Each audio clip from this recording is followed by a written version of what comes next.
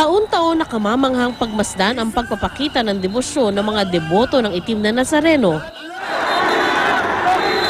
Lalo na kung iisipin mong ang imahen ay dinala sa Pilipinas mula Mexico, mahigit 400 taon na ang nakalilipas. Taliwas sa mga kwento, hindi raw totoong nasunog ang puon kaya ito naging maitim. Ayon kay Monsignor Jose Clemente Ignacio, gawa raw talaga sa dark wood ang puon.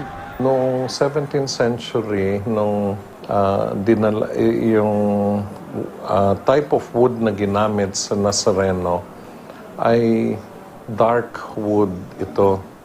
Pareho doon sa wood na ginamit raw sa Our Lady of Antipolo. Taong 1606, nang inilaga kampuon sa simbahan ni San Juan Bautista sa Bagong Bayan na bahagi na ngayon ng Luneta.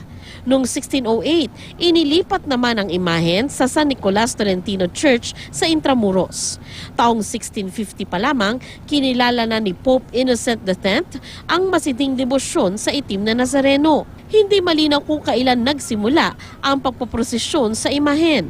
Pero noong 1767, ipinag-utos ng Arsobispo ng Maynila na ilipat ang puon sa simbahan ng Quiapo kung saan na ito nananatili hanggang ngayon. Ayon sa website ng Quiapo Church, translasyon ang tawag sa paglipat na ito ng puon.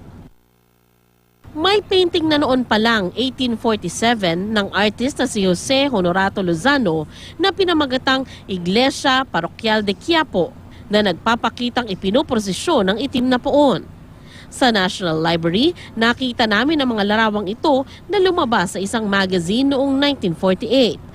Kwento ni Eugenio Junco, 71 years old at isa sa mga pinuno ng Ihos ng Nazareno, mas kalmado ang emosyon ng mga deboto nung una niyang masaksihan noong 1961.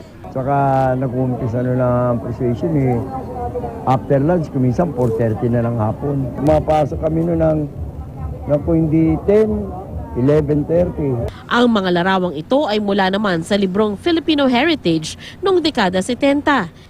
Dito makikita ang dami ng tao sa prosesyon. May nakasampa rin sa andas. Pero malayo sa mga imahe na nakikita natin ngayon ng mga debotong hindi magkamayaw. At noon, sa Quiapo lang aniya umiikot ang prosesyon. Quiapo area lang talaga. Ito, lalabas ng Villalobos, kakanan na Itiague. Kung hindi naman Pigo, may isang kanan mo, Estero Sigado. Tapos kinakanan ng Paterno, kuminsan naman Raon. Pabalik naman ang Quezon Boulevard, punta na ilalim ng tulay. Nabago ito simula noong 2007 kung kailan ginawang Quirino Grandstand na ang simula ng prosesyon. Paggunita sa unang translasyon ng puon papuntang simbahan ng Quiapo. Una-una yung safety ng mga tao kasi dumadami ng deboto at nagsisiksikan na dito sa Quiapo. Napagpasyahan nila na simulan sa Luneta. Yun yung Bagong Bayan nung araw. At i-reenact itong translasyon, yung paglipat ng mahal na puon papunta dito sa Quiapo. Pero alam niyo ba na ang orihinal na katawan ng imahe lamang ang pinoprosesyon? Ang orihinal na ulo kasi ng puon nakakabit naman sa replika na katawan sa loob ng Quiapo Church. Sa tao ng prosesyon, may mga tradisyon namang tila nakataga sa bato, gaya na lamang ng pagpila para humawak, humalik o kaya ay magpunas ng panyo sa imahen.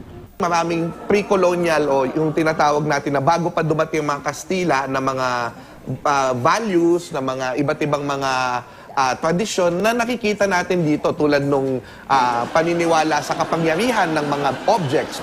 Marami pa rin sa mga deboto ang walang sapin sa paa kapag sumama sa prosesyon bilang pagpapakita raw ng sakripisyo. Nitong mga huling taon, napansin lalo pang dumami ang mga deboto, lalo na ang mga kabataan. Ngayon taon nga, inaasahang nasa 2 hanggang 3 milyon ang sasama sa prosesyon.